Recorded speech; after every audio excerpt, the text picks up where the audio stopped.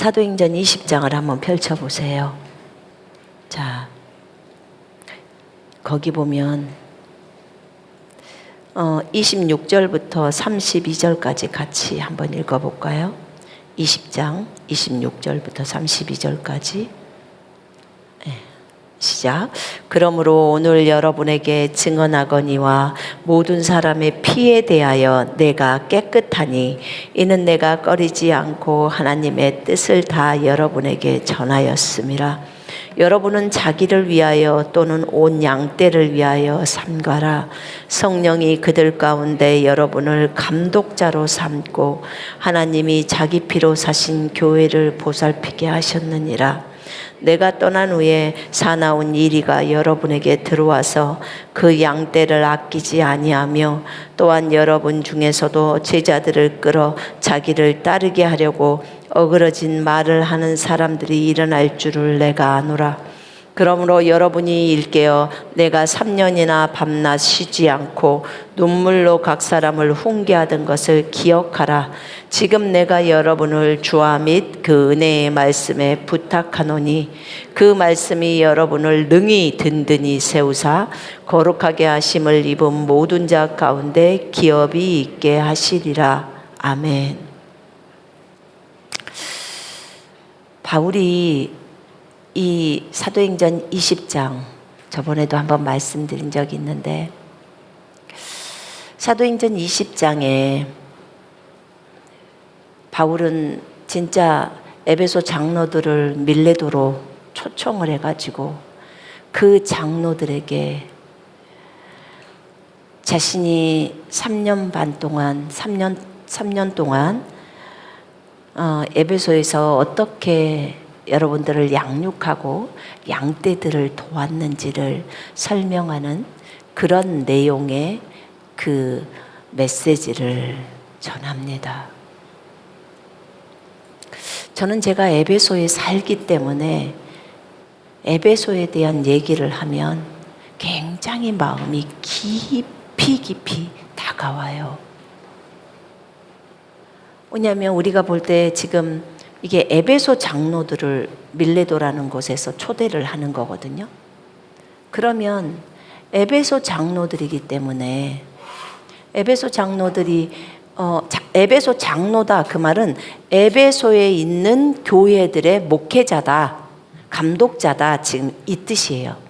왜냐하면 바울이 에베소 교회 하나만을 세운 게 아니라 또 그 제자들도 있고 그러다 보니까 굉장히 많은 에베소에 여러 개의 가정교회가 세워진 거예요.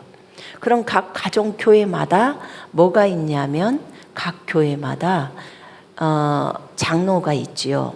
목회자가 있지요. 그 양무리들을 치기 때문에 그래서 그들을 불러서 이제 바울이 얘기를 합니다. 성령이 나한테 얘기해. 내가 각 성에 갔을 때마다 성령이 말해. 예루살렘에서 결박과 환난이 너를 기다리고 있다. 이렇게 얘기를 한다는 거예요. 결박과 환난이 기다리고 있다는 거예요. 그 말을 듣고도 피난하지 않고 도망가지 않고 바울은 기꺼이 그곳으로 가기를 원합니다. 바울은 기꺼이 그곳으로 가기를 원해요. 근데 그러면서 이 에베소의 장로들에게 말합니다. 나는 모든 겸손과 눈물로 에베소에 있는 지체들을 섬겼습니다. 유대인들이 나를 죽이려고 하는 그것이 너무나 많았고 그래서 눈물로 주님을 섬길 수밖에 없었습니다. 그리고 각 집에서나 어디 길에서든지 내가 거리낌 없이 하나님의 말씀을 증거했고 여러분에게 가르쳐야 할 것들은 다 가르쳤습니다. 하나도 남기지 않았다는 거예요. 유대인과 이방인들에게 하나님께 대한 회개를 가르쳤고 회개하고 예수께로 돌아와서 예수 그리스도를 주인으로 믿으라는 거예요. 또 우리 주 예수 그리스도에 대한 믿음을 증언했습니다.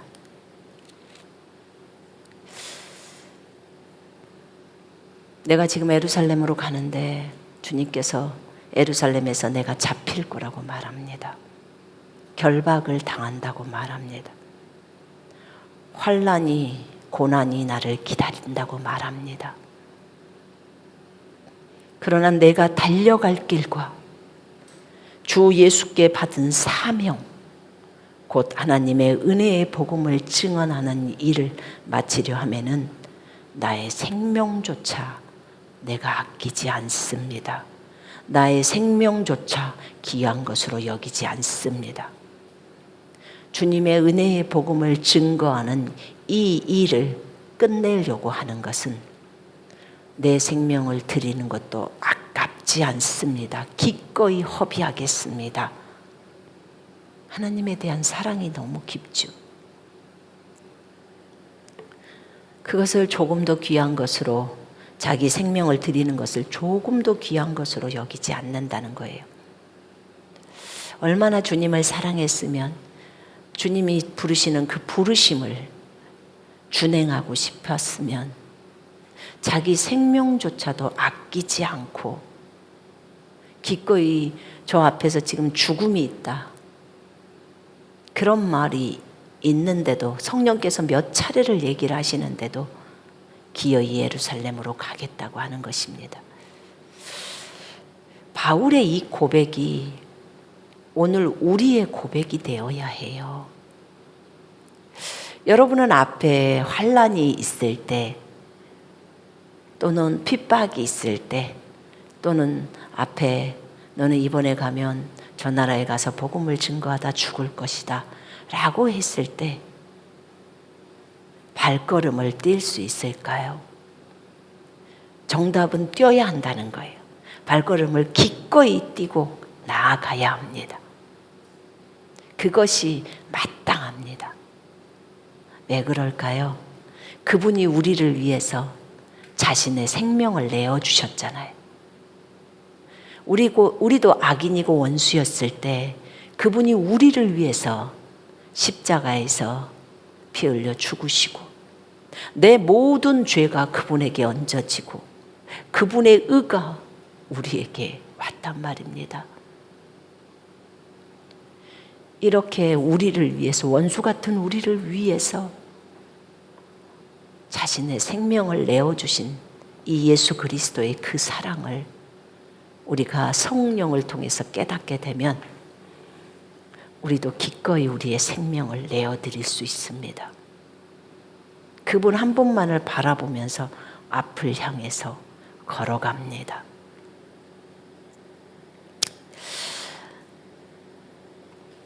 바울은 이렇게 또 말을 합니다. 내가 거리끼지 않고 하나님의 뜻을 여러분에게 다 전달했습니다. 거리끼지 않고 바울은 하나님의 말씀을 다 전달했습니다. 나는 거리끼지 않고 하나님의 말씀을 여러분들에게 다 전달했을까요? 저는 그렇지는 않은 것 같아요. 저 자신을 볼 때. 웬만해서는 정말 많은 부분들을 다 전달했지만 너무 아직은 오픈할 수 없는 그런 부분들이 있을 때는 할 수가 없었어요. 그건 너무 높은 계시나 이런 것들은 어렵잖아요. 아직 영적으로 어릴 때는 그것을 받아들이기가 어려우니까. 근데 어쨌든 바울은 지금 이제 죽어야 되는 그 시기가 왔기 때문에 이 땅을 떠나야 되잖아요. 그래서 그가 편지로 정말 귀한 내용들을 다 썼잖아요. 그리스도 안에서는 여자도 없고 남자도 없다. 그리스도 안에서는 오직 새로운 피조물 뿐이고 그 새로운 피조물이 중요하다. 이런 계시들을 이미 갈라디아서에 적어놨기 때문에 바울은 정말 이런 그 서신서를 쓰므로 그 서신서가 오늘까지 우리에게 남아있고 그 다음에 우리가 그 서신서인 말씀을 읽음으로 우리의 영이 채워지고 우리의 영이 든든해지고 강건해지고 그래서 바울이 우리에게 준 영향력이 너무 크죠. 비록 에베소 교회 장로들에게 모든 말을 다 했는지 우리는 모르지만 바울이 다 했다고 하니까 다 했겠죠. 근데 편지들이 서로 왕래해서 교환해서 보기도 하고, 라오디케아에 쓴 것도 골로새에 쓴 거랑 서로 교환해서 서로 보라고 그렇게 얘기합니다. 그러나 주님이 저에게 알려준 것은 너무 영적으로 높은 계시의 말씀은 어린아이가 안 먹는 게 좋다고 했습니다. 어린아이는 먹어도 영적으로 소화할 수도 없고 삼킬 수도 없다고 했어요. 그런데 영적으로 성장하는 사람에게는 그 말씀이 꿀처럼 달아요. 어떤 말씀을 이 강단에서 들을 때요, 그게 나에게 저 말씀이 아멘으로 받아들여지면서 꿀처럼 받아들여진다. 그러면 그 말씀을 먹을 수준이 된 거예요, 여러분은. 근데 저것이 받아들여지지 않고 막 여기 얹히는 것처럼 얹혀. 그러면 나는 많이 어리구나. 난 영적으로 저 말씀을 받을 만큼이 안 되는구나. 그렇게 생각하시고 그 말씀을 잠시 내려놓으세요. 내려놓으시면 그러면 여러분이 성장하잖아요. 그럼 그 말씀이 꿀처럼 다가올 때가 있어요. 받아들여질 때가 있어요. 그러면 그때 그 말씀을 받으시면 됩니다. 문제가 없어요.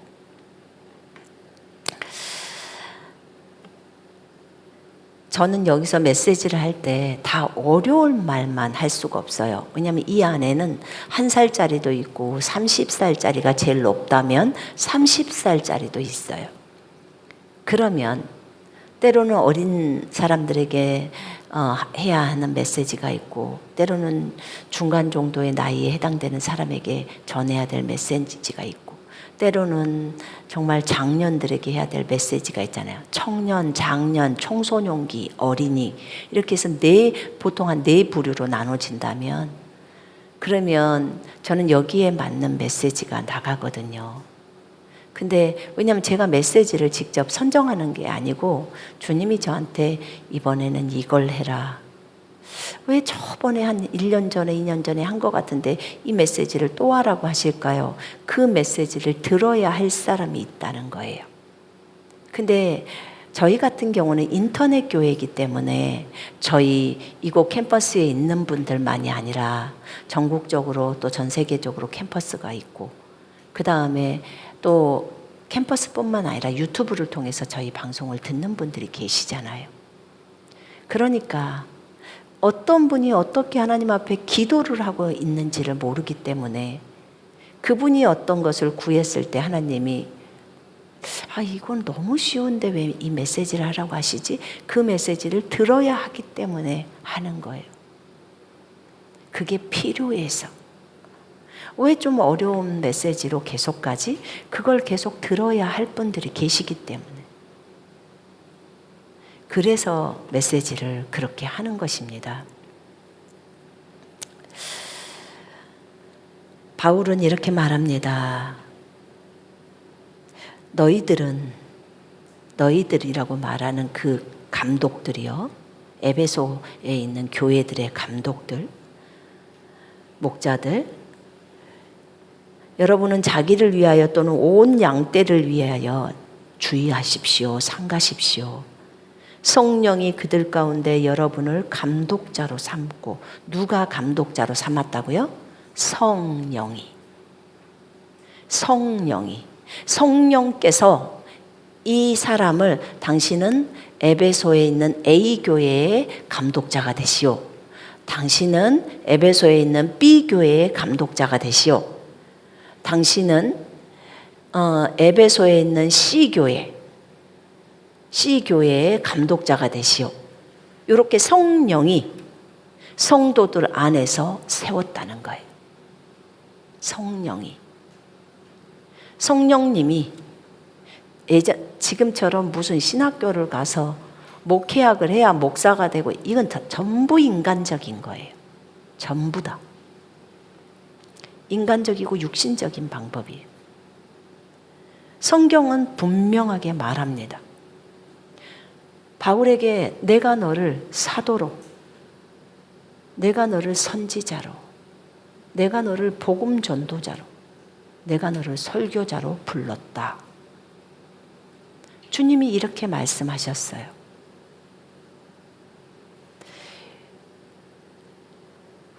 이런 부분에 있어서 저는 이런 부분을 몰라서 신학교를 갔어요.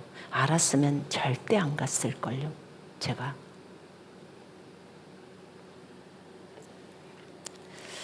하나님이 어느 날 저에게 내가 너를 목자로 불렀다라고 하셨어요. 내 양무리들을 잘 먹여라.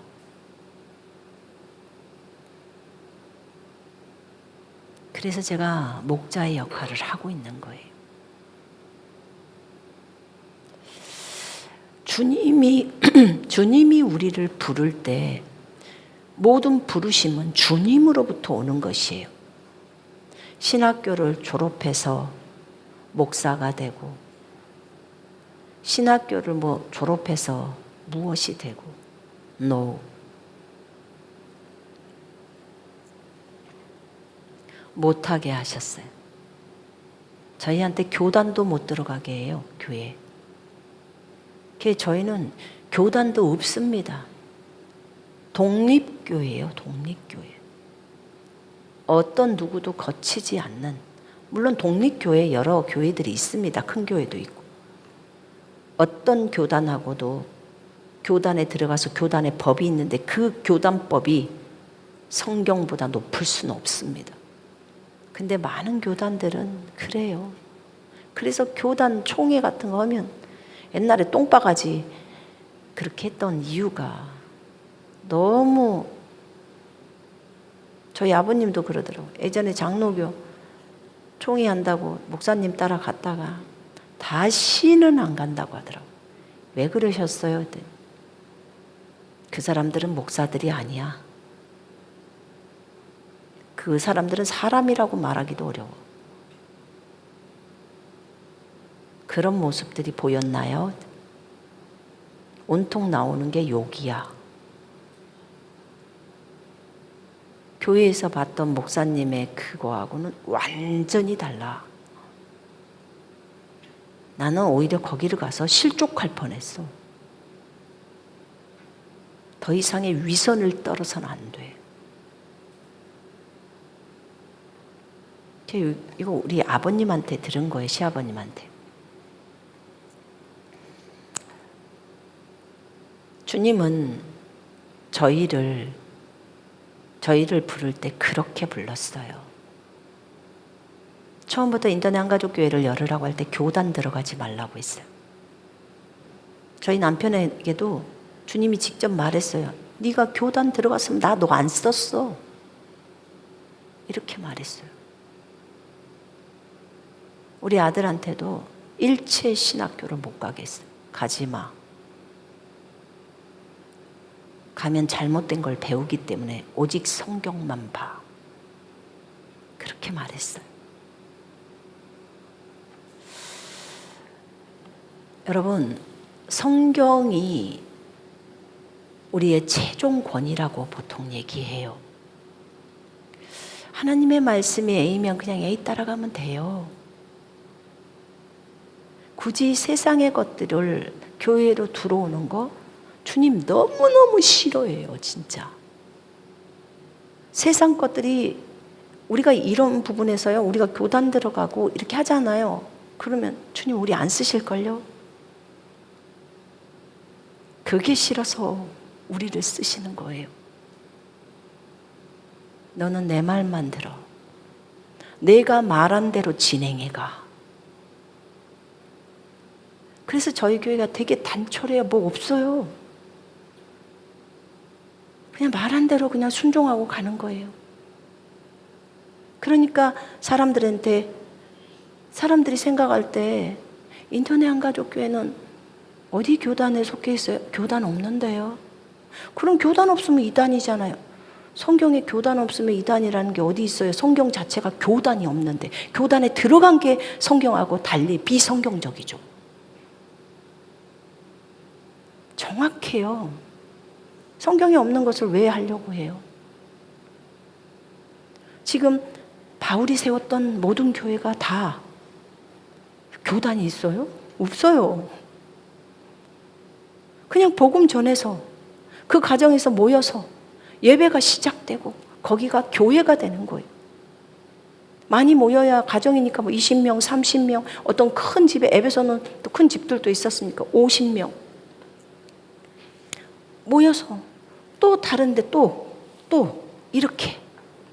그 당시에 그 성읍이 뭐 한 15만에서 30만까지도 있었다고 얘기를 해요. 그러니까요. 세계 3대 도서관이 그곳에 있었거든요. 셀수스 도서관.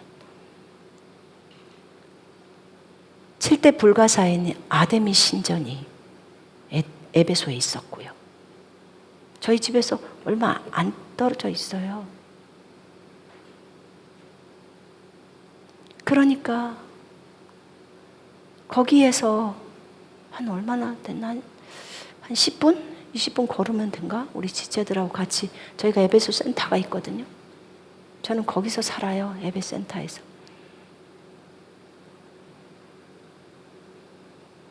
근데 그렇게 그런 곳에서, 근데 바울은 그렇게 이것저것을 다니면서 에베소 안에서도 크니까 교회를 세웠던 거예요. 제자들도 교회를 세우고. 뭐 다른 게 뭐가 있어요? 바울이 금식하고 선임을 하죠. 장로들을. 보통은 선교사들이 장로들을 선임해요. 목회자를. 저도 제가 맡았던 중국 교회를 올 때 다른 자매를 목회자로 선임했어요. 그리고 나는 떠나는 거예요. 또 다른 데 가서 교회 개척을 해야겠죠.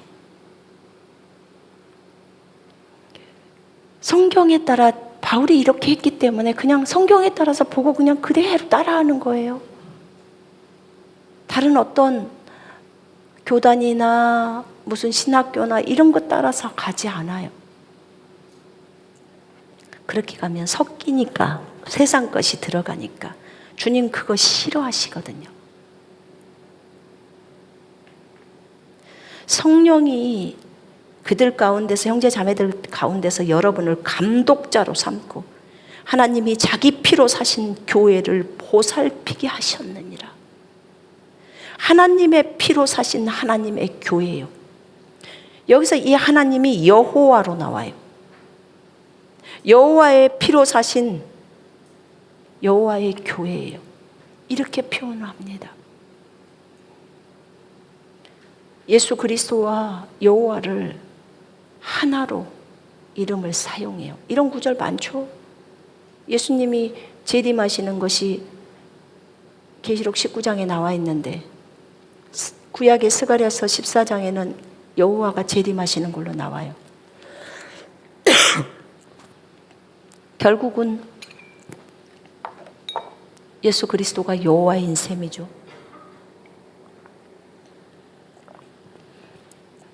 지금 이 구절도 그런 구절이에요. 예수님이 피를 흘렸고 교회를 위해서 죽으셨어요. 근데 여기서 하나님이라고 하는 분이 여호와라고요. 하나님이 자기 피로 사신 교회, 아버지의 피예요. 어떻게 설명할 거예요? 삼위일체를. 이래서 신비인 거예요. 저 하늘 보좌에 아버지가 계시는데 아버지의 손에 못자국이 있대잖아요. 어떻게 설명하실 거예요?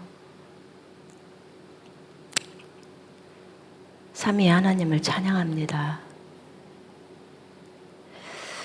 하나님의 피로 사신 하나님의 교회를 보살피게 한다는 거예요. 너희를 감독자로 삼고. 그렇다면 어떻게 감독자는 양떼들을 돌봐야 하는가? 너는 온 양떼를 위해서 주의해라. 네가 주의해야 돼. 양떼들을 돌보기 위해서 주의해야 돼. 너희 중 장로들에게 권하노니, 장로가 감독자 말하는 거예요. 목회자. 나는 함께 된 장로된 자요, 베드로가 말합니다. 그리스도의 고난의 증인이요 나타날 영광에 참여할 자니라. 베드로도 목회자였다는 소리예요. 장로라고. 너희 중에 있는 하나님의 양무리를 치되 억지로 하지 말고, 어거지로 목회자 하지 말고, 지금 억지로 하지 말라는 거예요. 하나님의 뜻을 따라 자원함으로 하며, 하나님의 뜻을 따라 자원함으로 하라는 거예요. 양무리들을 칠 때. 더러운 이득을 위하여 하지 말고 기꺼이 하며, 더러운 이익 때문에, 돈 받는 것 때문에 목회를 해서는 안 된다는 거예요. 지금 이 얘기가. 하나님의 일을 했더니 주님이 돈을 주시더라, 이건 가능해요. 근데 나는 돈 안 주면 목회 안 합니다 라고 한다면 이 말씀에 위배돼 버리는 거예요. 그래서 하나님의 일을 할 때 하나님 안에서, 하나님이 주시는 그 마음으로 내 안에서 하나님의 이 일을 하고자 하는 간절한 열망이 있어야 돼요. 열망이. 돈을 받으려고 목회를 하는 것도 아니고, 돈을 받으려고 선교사를 하는 것도 아니고, 돈을 받으려고 복음 전도자나 교사나 그런 것을 하는 게 아니에요. 선지자를 하는 게 아니에요. 먼저 하나님의 부르심이 있어야 돼요. 부르심이. 나를 향하신 하나님의 부르심이 무엇일까? 저는 일찍이 주님을 일찍 만났어요. 그리고 주님의 음성을 들었어요. 그리고 주님과 교제하는 걸 너무 기뻐했어요. 무슨 돈 때문에 무엇을 한다고 생각도 못했고요. 가서 신학교에서도 공부도 하고, 그리고 열심히 복음 전했어요. 너무 복음 전하는 게 너무 기쁘고, 막 등치가 이렇게 큰 사람이 그렇게 무릎 꿇고 기도하고 영접 기도하는 그런 것도 너무 아름답고 너무 신나고 그랬어요. 그런데 나중에 또 교회를 개척해서, 개척교회 사모였죠, 제가. 그렇게 한 도시에서 하다가 주님이 선교사로 남편을 불렀어요. 그래서 그곳으로 갔어요. 우린 너무너무 행복했어요. 비행기를 타고 가는데 너무너무 행복하더라고. 그들이 불을 떼고 살지 어떤 연탄을 떼고 사는지 알 수가 없었지만 너무 좋았어요.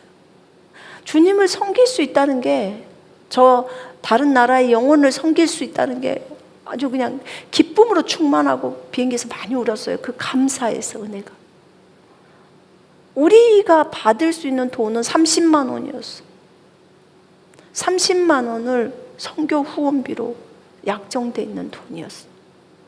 애 둘 데리고 가면서 중국에서 30만 원을 받고 한국에서 저희를 후원해 주겠다는 분이. 근데 주님이 들어가라고 했어요. 돈 생각하지 말고 들어가. 내가 너희를 먹일 거야. 그래서 들어갔던 거예요. 하나님께서 인도해 주셔서 풍성하게 잘 살았습니다. 돈을 따지지 않았어요. 여러분, 목자들이 있거나 사역자로 나가려고 준비하시는 분들, 돈에 대한 두려워하는 거 갖지 말아요. 하나님이 돈보다 크신 분이에요. 내 안에 하나님으로 가득 채워지면 돈이 전혀 문제가 안 돼요.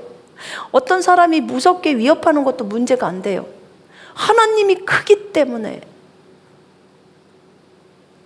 굶지 않아요. 굶어요? 그럼 금식하세요. 주님이 우리에게 주신 좋은 금식의 기간이잖아요. 그럼 금식하면 되죠. 이런 마음으로 하다 보니까 주님이 다 먹이시는 거예요. 입히시고 사역할 돈들 다 주시고, 그 돈이 없다는 중국 사람들, 그 헌금도 안 한다는 사람들이 다 헌금을 해요. 그건 제대로 못 가르쳐서 그런 거예요. 하나님께서 그들의 마음을 움직여주시고 헌금의 중요성을 알려주니까 그들도 풍성해지고 저희도 풍성해지고, 좋은 것을, 말씀을 가르치는 자, 말씀을 배우는 자는 가르치는 자와 좋은 것을 나눠 가져야 한다는 그 말씀을 그들이 적용해서 우리에게 물질적인 필요들을 채워주고 우리는 영적인 필요들을 채워주면서 풍성해질 수밖에 없죠. 누가 주냐고요? 모르죠. 헌금함에 그냥 지목 헌금으로 딱 들어오기 때문에 누가 주는지 몰라. 일체 헌금 봉투에 이름을 안 쓰니까, 받는 사람 이름만 딱 쓰니까.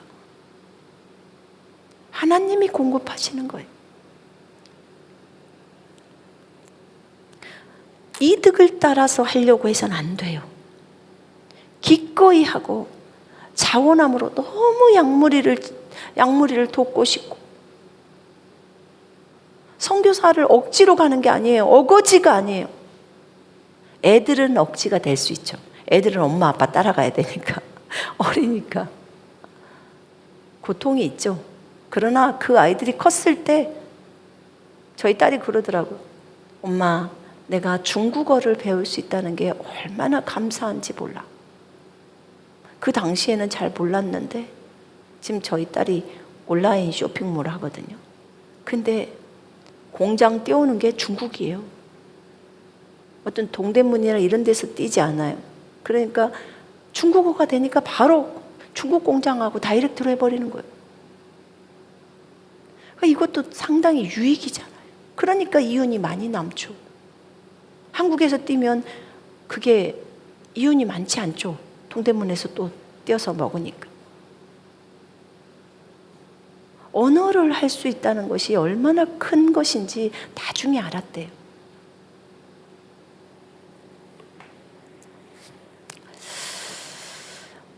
맡은 자들에게 주장하는 자세를 하지 말고 양무리의 본이 되라. 양무리의 본이 되라고 성경은 말하고 있습니다. 우리가요, 주님을 안다고 표명을 하면서 내가 하나님의 말씀대로 살지 않으면서, 목자가 하나님의 말씀대로 안 살아요. 하나님께서 맡겨주신 자들을 지배하려고 하지 말고 오직 양무리의 본이 되라. 지금 킹제임스 성경이 이렇게 나왔거든요. 너희 가운데 있는 하나님의 양무리를 치고 돌보되 마지 못하여 하지 말고 자원함으로 하며 더러운 이익을 위하여 하지 말고 준비된 마음으로 하며. 이렇게 하면 목자장이신 주님께서 나타나실 때 너희에게 시들지 않는 영광의 면류관을 받으리라. 너희는 영광의 면류관을 받는다는 거예요. 오직 양무리의 본이 되래요. 근데 내가 삶이 본이 되지 않는 삶을 살면서 여러분들은 예수님을 본받는 자가 되십시오를 어떻게 말해요? 어떻게 제가 그렇게 말하냐고요? 저에게도 본이신 분이 주님이에요. 예수님이에요. 예수님을 제가 본받고 살려고 해요. 근데 본받고 살려고 애를 쓰지만 어쩌다가 실수할 수도 있잖아요. 그럼 다시 회개하고 돌이키고.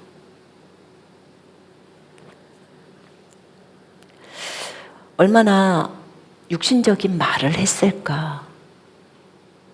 늘 영의 말을 해야 되는데 육신적인 말을 하면 그 즉시로 나는 하나님과 원수가 되는데,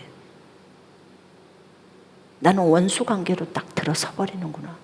육신적인 생각만 딱 해도 그 순간부터 나는 예수님과 원수가 딱 되는데, 정말 무섭잖아요. 내가 나눠주는 삶을 살지 않으면서 다른 사람에게 나눠주는 삶을 살라고 어떻게 하냐고요. 내가 그런 삶을 살아야 되는 거예요. 내가 무엇을 오픈하지 않으면서 다른 사람한테 어떻게 오픈하라고 말할 수 있냐고요. 그건 할 수가 없는 일이에요.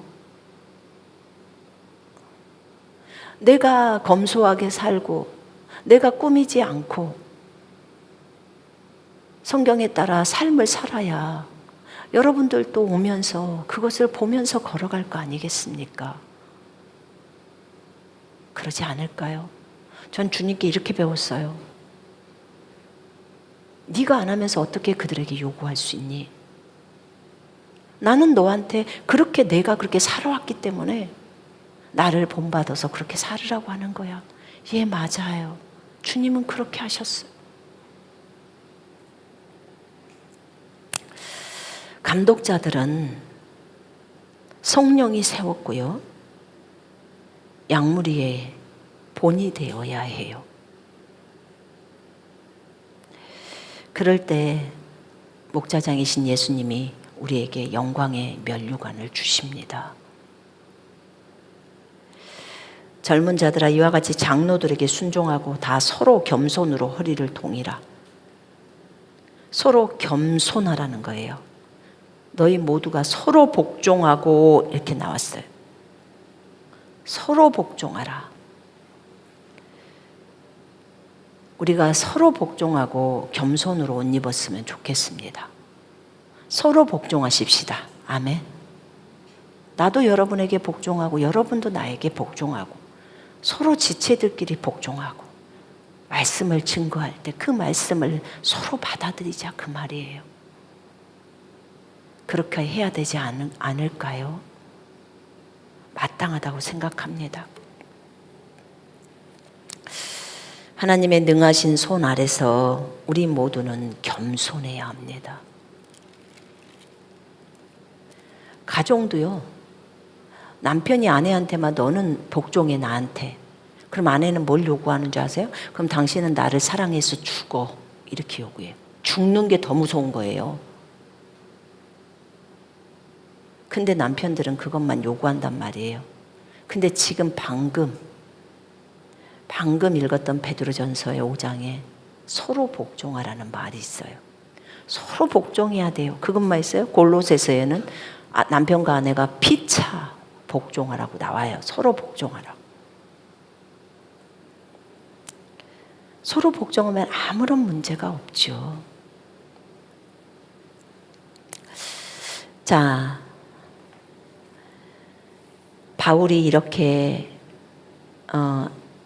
하나님의 피로 사신 하나님의 교회를 당신 감독자들이 잘 보살필 수 있도록 당신들을 세웠습니다. 성령께서 이렇게 이제 말씀을 한 거예요. 물론 바울이 기도하고 세웠지만 주님께 묻잖아요. 이 중에 누가 이 교회의 목회자로 감독자로 이 양무리들을 잘 보살피고 도울 수 있는 사람이 되겠습니까?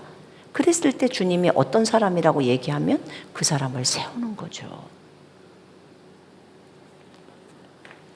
내가 떠난 후에 사나운 이리가 여러분에게 들어와서 그 양떼를 아끼지 아니하고 늑대나 이리가 이 교회에 들어와서 그 여러분 중에서도 제자들을 끌어서 자기를 따르게 한다는 거예요. 세워놓은 제자들도 이 한 사람이 딱 나타나면 그 사람을 따라간다는 거예요. 자기 자신을 따르게 한다는 거예요. 예수를 따르게 한 게 아니라 자기 자신을 따르게 만든다는 거예요. 이래서는 안 되죠. 절대로 안 되는 거예요. 어그러진 말들을 하면서 이런 사람들이 일어날 줄을 바울이 안다는 거예요. 이미 주님께 성령께 들었겠죠. 교회를 누군가에게 맡기고 이제 본인은 죽어야 될 상황이에요. 근데 그때 교회에 대한 염려가 들어오죠. 근데 또 성령께서 다른 사람들이 일어나서 이렇게 해서 양무리들을 막 흩을 거야. 다 얘기합니다.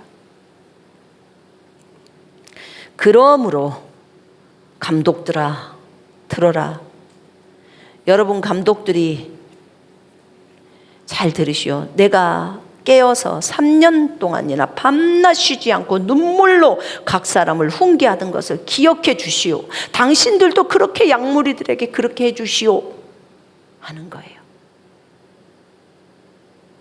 지금 내가 여러분을 감독들을 주님과 및 그 은혜의 말씀에 부탁합니다. 주님께 주님 이 감독자들을 이 목회자들을 주님 지켜주시고 저들이 양무리들을 잘 도울 수 있도록 늘 깨어있게 주님이 인도해 주시라고 지금 주님과 및 그 말씀에게 부탁한다는 거야. 그 말씀이 여러분을 능히 든든히 세우사 거룩하게 하심을 입은 모든 자 가운데서 기업이 있게 하시리라. 무엇이 우리를 든든히 세운다고요? 그 말씀이. 목회자가 말씀에서 떠나가면 큰일 나는 거예요. 주님과 말씀에서 떠나면 큰일 나는 거예요. 그래서 왕들과 제사장들, 선지자들은 항상 말씀을 베껴놓은 말씀, 사본이죠. 필사해놓은 말씀을 옆에다 놓고 항상 읽으라고 하잖아요. 다윗도 항상 율법서를 읽잖아요. 그래서 시편 119편에 보면 다윗의 고백이 이 말씀이 자기를 세우고 이 말씀을 너무 사모한다고 그렇게 적어져 있어요. 우리 손에서 성경이 떨어져서는 안 돼요. 우리 마음속에 성경의 말씀이 계속 있어야 되는 거예요. 그래서 그 말씀이 든든히 여러분과 저를 세우는 거예요. 또 주님이 속 안에 계시는 주님이 성령께서 우리에게 말씀하시죠. 든든히 세워주죠.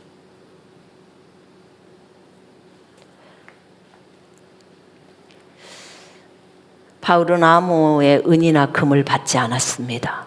의복도 탐하지 않았고 바울은 그곳에서 천막하는 일을 해가지고 자기가 써야 할 경비를 벌었습니다. 교회에서 돈을 받지 않았어요.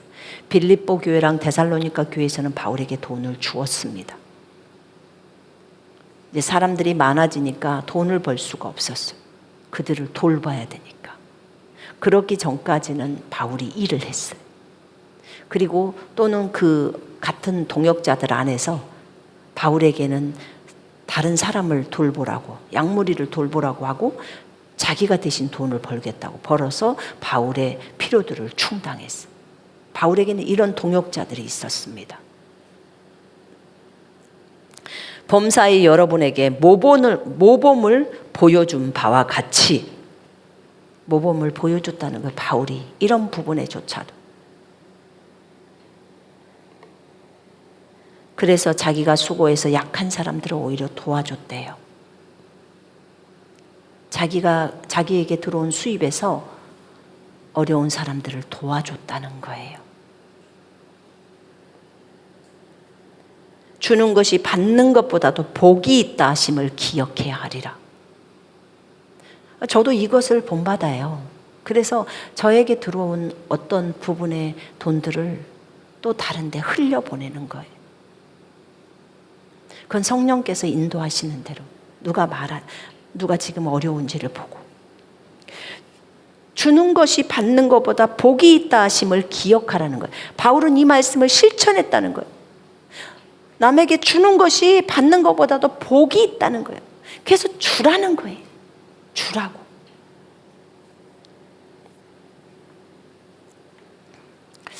바울은 이렇게 하고 예루살렘 쪽으로 떠납니다. 바울의 이 고별 설교가 밀레도에서 하는 에베소 장로들을 향해서 하는 이 고별 설교가 얼마나 은혜가 되는지 저는 이 본문을 읽을 때마다 정말 많이 울었어요. 이 사도행전 20장만 오면은 눈물이 앞을 가려서 책을 볼 수가 없었어요. 이 바울의 마음이 제 마음에 들어왔기 때문에. 근데 제가 알게 된 것은 하나님이 나중에 알았어요. 하나님이 나를 이렇게 불렀기 때문에 이 말씀을 그대로 받아들일 수 있었구나. 하나님은 우리에게 어떤 부르심이 있어요. 그러면 그 부르심을 완수하고자 하는 그 마음을 넣어줘요. 우리 그거 하려고 이 땅에 온 거예요. 그럼 그걸 해야 되는데 딴 것을 하고 있으면 안 돼요. 너 나가서 돈 벌어라. 돈 벌어라 하는 것이 부르심이라면 돈 벌면 돼요. 돈 버는 것도 부르심이 될 수 있나요? 당연히요. 여호수아가 정보가로 이스라엘을 갔을 때 농사 지어라, 또 나무를 패라, 뭐 물을 길어라, 또는 전쟁을 해라. 이거 다 각자가 맡은 부르심이에요. 하나님이 시킨 일이 부르심이에요. 너는 지금 학교를 다녀라. 그러면 학교를 다니는 게 부르심이에요. 지금 너는 이 직장을 다녀라. 그럼 그게 부르심이에요. 너는 이 직장을 그만두고 사역으로 나가라. 그게 부르심이에요. 하나님이 지금 말씀하시는 거. 너희들은 군사로서 하나님이 시킨 것을 해라. 이게 부르심이에요. 모든 사람을 다 군사로 부르지는 않잖아요. 어떤 일들을 위해서, 복음을 증거하기 위해서 이 부분을 감당해라. 그러면 그게 부르심이에요. 적어도 자기의 부르심은 알아야 돼요. 하늘에 올라가는데 주님 앞에 너 부르심 하고 왔냐? 나는 부르심이 뭔지를 몰라요, 주님. 이러면 얼마나 답답합니까? 내가 너를 보냈는데 너 이거 부르심 다 듣고 가서 거기 가서 네가 이 일을 하고 오겠다고 약속하고 갔는데 너는 왜 묻지 않았느냐? 나의 부르심이 뭔지 왜 묻지 않았느냐? 간절히 물어야 될 거 아니겠니? 그랬더라면 내가 너의 부르심을 알려줬을 텐데 그럼 네가 그 부르심을 행동할 수 있잖아 라고 하지 않았을까요? 적어도 이 방송을 듣고 계시는 분들 자신의 부르심 정도는 알아야 돼요. 알고 그 일을 하다가 가야죠. 그래야 되지 않을까요? 모든 사람이 다 오중직임이 있는 건 아니에요. 사도고 선지자고 복음 전도자고 목자고 교사가 오중직임인데 이 오중직임은 교회를 온전케 하며 성도들을 세우기 위해서 교회 안에 몇 분에게 주어져요. 또 우리에게 은사를 주시죠. 로마서 12장에 나와 있는 은사하고 고린도전서 12장에 나와 있는 은사. 그래서 각자의 역할들이 그 역할들을 해내요. 적어도 자기 은사라도 알아서 그 은사대로 삶을 살아야죠. 어떤 사람은 누구한테 돈을 주는 걸 되게 좋아해요. 이게 구제 은사가 있는 사람들이에요. 그렇게 행복해. 돈이 나가는 걸 행복해. 그래서 돈을 줘. 어떤 사람은 반찬을 만들어다가 막 갖다 줘. 너무 행복해. 이런 섬기는 은사들이 있는 거예요. 우리한테 반찬 만들어서 갖다 줘보라고 해보세요. 간이 안 맞아 일단. 그거 어떻게 먹냐고요. 그래서 주님이 나한테는 반찬 만들어서 갖다 줘라. 반찬을 덜어다가 갖다 주라는 것은 시키시더라고요. 그 다른 자매님이 만들어준 거. 제가 만들면 일단 간이 안 맞잖아요. 그러니까 저한테는 반찬을 만들라고는 안 해요. 근데 저 사람하고 상담해줘. 저 사람하고 교제해줘. 교제하면서 내가 한 말 전달해줘. 이런 거 해요. 저는 주님이 저한테 말한 거 그냥 해놓은 거예요. 그것은 되게 쉽게 느껴져요. 왜 그럴까요? 은사로 주어졌으니까. 반찬 잘하는 사람들 그 장금이의 은사가 있는 거예요. 그거는 음식을 잘할 수 있는 그 손재주나 입의 감각들을 주셔서 그게 그렇게 기쁘대요. 음식 해다 주는 거 너무너무 기쁘대잖아요. 그래서 골고루 교회 안에도 골고루 그런 사람을 넣어줘서 서로 어려움이 없도록. 어떤 사람은 치유의 은사가 있으니까 그 사람은 치유만 해주러 다니면 돼요. 교회 안에. 그러면 각자가 다 다르잖아요. 섬기는 게. 그래서 그 역할들을 하면 돼요. 어떤 사람이든지 한 가지씩 섬기는 건 다 있어요. 나는 이 사람과 상담하는 걸 기뻐한다. 그게 섬김이에요. 그에게. 왜냐면 그 사람은 그게 너무 어렵거든요. 그래서 같이 교제할 수 있잖아요. 어떤 사람은 음식하는 게 어려운데 어려워서 주님 앞에 어떻게 음식해야 될지 모를 때 딱 누군가가 반찬을 해다가 딱 줘요. 하나님 감사합니다. 하나님이 보낸 천사야. 그래서 해결이 되는 거예요.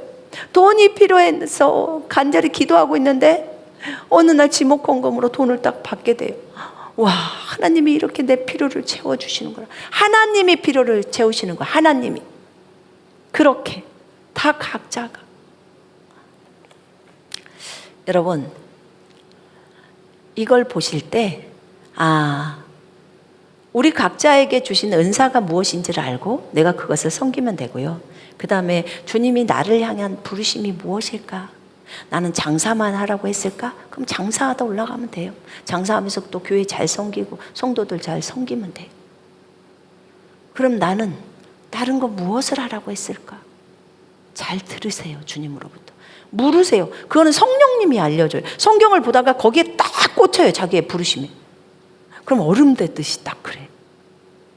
그럼 이제 성령님께 물으면 그렇다고 하세요. 그러면 그게 와요. 오더라고요. 제가 중국에 있었을 때요, 에레미야 1장에 읽는데 내가 너를 선지자로, 열방의 선지자로 불렀다 딱 그러시는데 저한테 딱 말씀을 하시는 거예요. 깜짝 놀라가지고 선지자요? 제가요? 주님, 저는 환상도 안 보이고, 선지자는 기본형이 환상이 보여야 되는데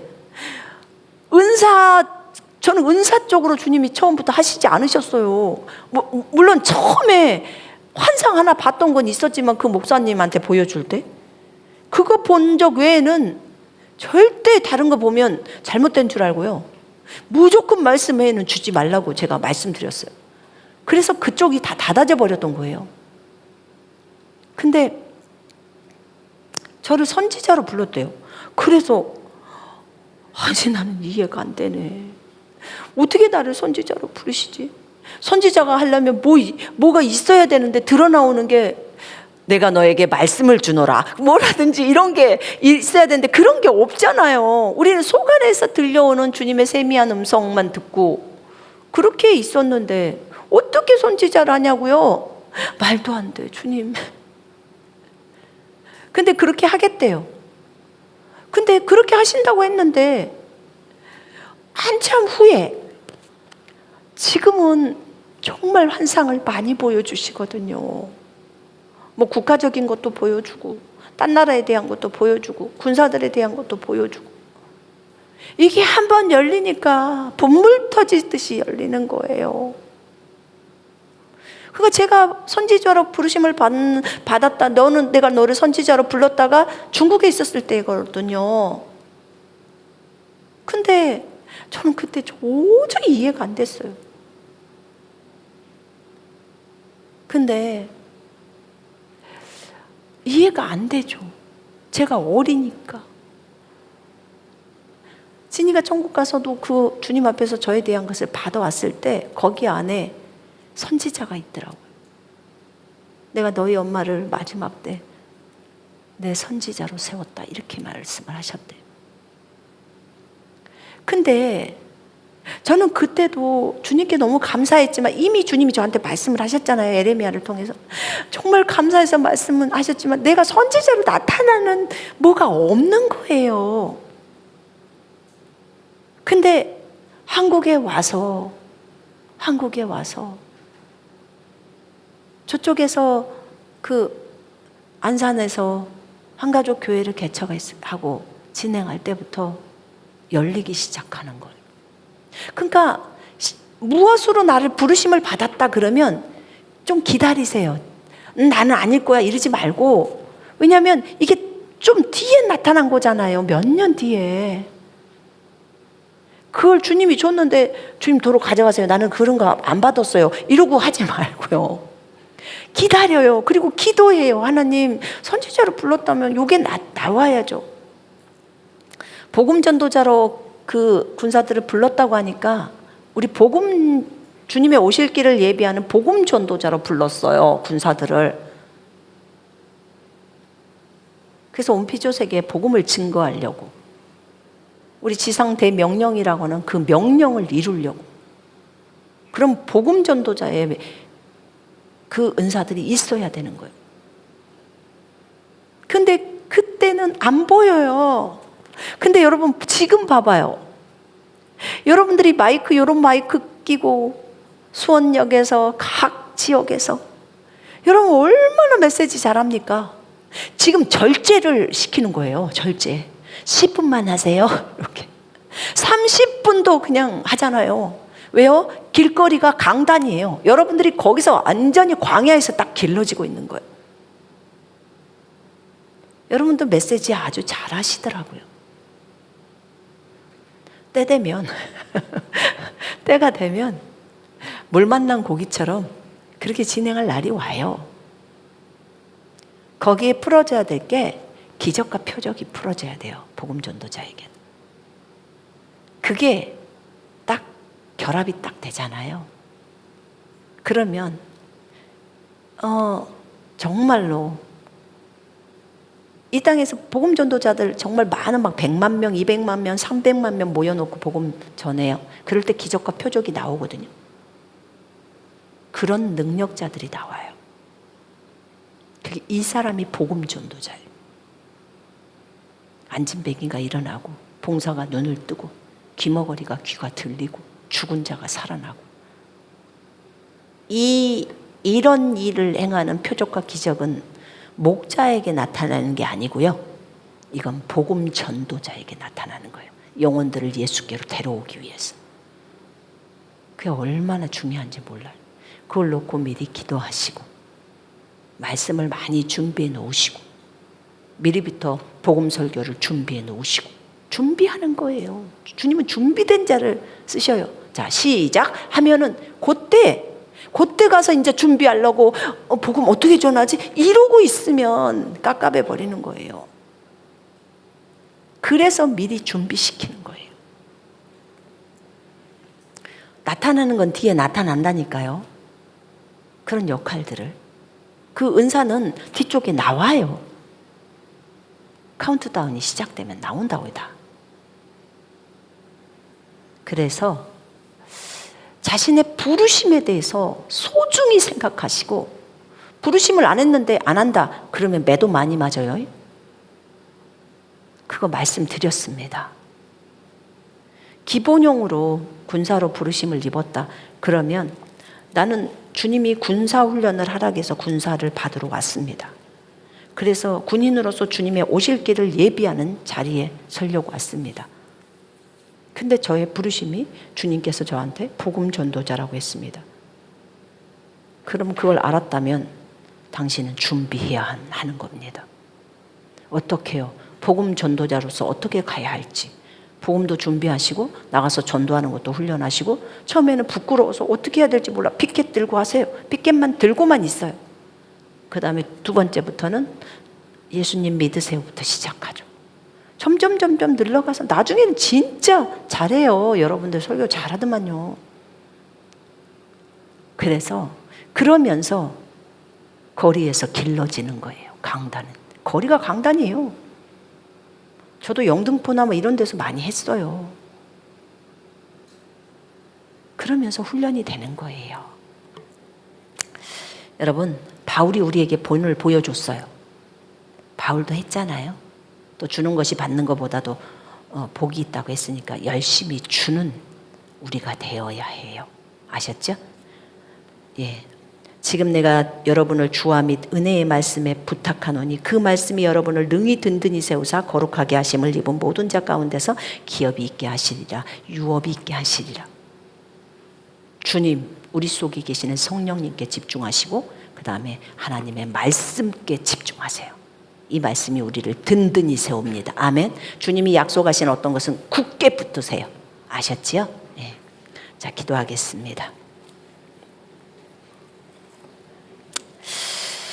하나님 아버지, 감사합니다. 주님의 일들을 잘 수행하기를 원합니다. 저는 오늘 제가 받았던 부르심에 대해서도 잠깐 나누었습니다.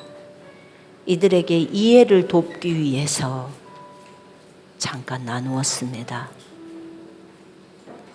자랑을 하려고 하는 것이 아님을 주님은 아십니다.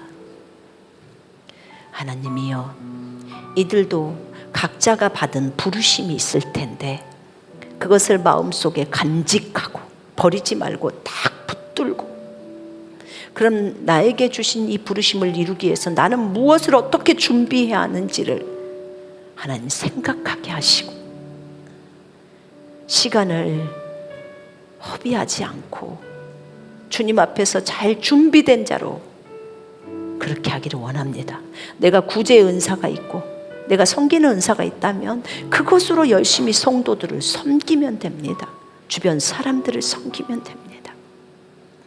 아버지여, 각자에게 주신 그 은사들을 소홀히 여기지 않게 하시고, 하나님이 주신 그 부르심을 이루기 위해서 하나님 바울처럼 자기의 생명도 아끼지 않겠다고 한 것처럼 그 부르심을 이루는 것은 영혼들을 구원하기 위한 주님의 그 목적이라는 것을 안다면 기꺼이 나에 있는 재산이나 내 목숨까지도 아끼지 않고 기꺼이 주님과 복음을 위해서 또 영혼들을 위해서 내어주는 그런 우리가 될 수 있도록 하나님 기름 부어 주옵소서.